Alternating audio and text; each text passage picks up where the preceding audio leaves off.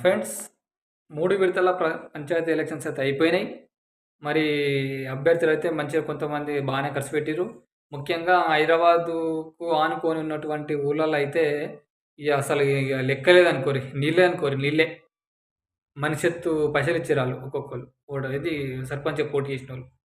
శంకరపల్లి అనే మండలం ఉంటది హైదరాబాద్ ఆనుకొని. ఆ మండలంలో ఉన్నటువంటి ఒక ఊళ్ళో ముగ్గురు పోటీ చేసిర్రట. ముగ్గురు పోటీ చేస్తే ముగ్గురు కలిపి 15,00,00,000 ఖర్చు పెట్టిర్రట. మళ్ళా ఆ ఊళ్ళో ఉండే ఓట్లెంతంటే 1000 లోపే. 1000 లోపు ఉన్నటువంటి ఊళ్ళే 15,00,00,000 ఖర్చు పెట్టారట ముగ్గురు కలిసి. ఒకాయన 40,000 ఇచ్చిండట ఓటుకి. ఒక్క ఓటుకి. 40,000 ఇస్తే ఇంకొకాయన 50,000 ఇచ్చిండట.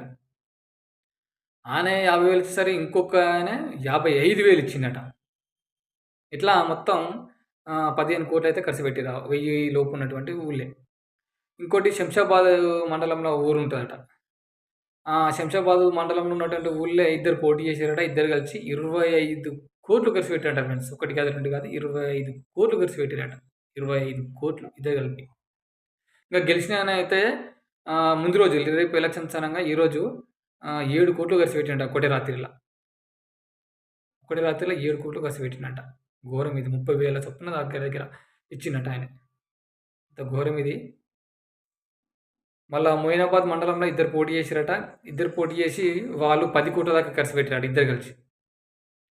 ఇద్దరు కలిసి 10,00,00,000 దాకా ఖర్చు పెట్టిరట. వాళ్ళ దగ్గర పైసలు లేకపోతే భూములని తనఖా పెట్టి రూ. 3 వడ్డీకి పైసలు తీసుకుర్రట.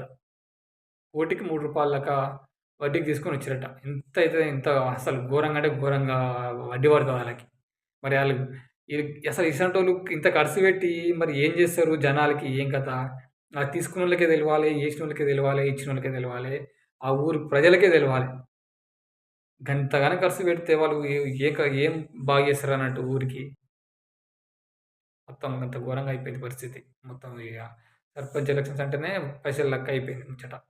మరి మీకెట్లా అనిపించింది ఇవి చూసినాక కామెంట్ చేయండి.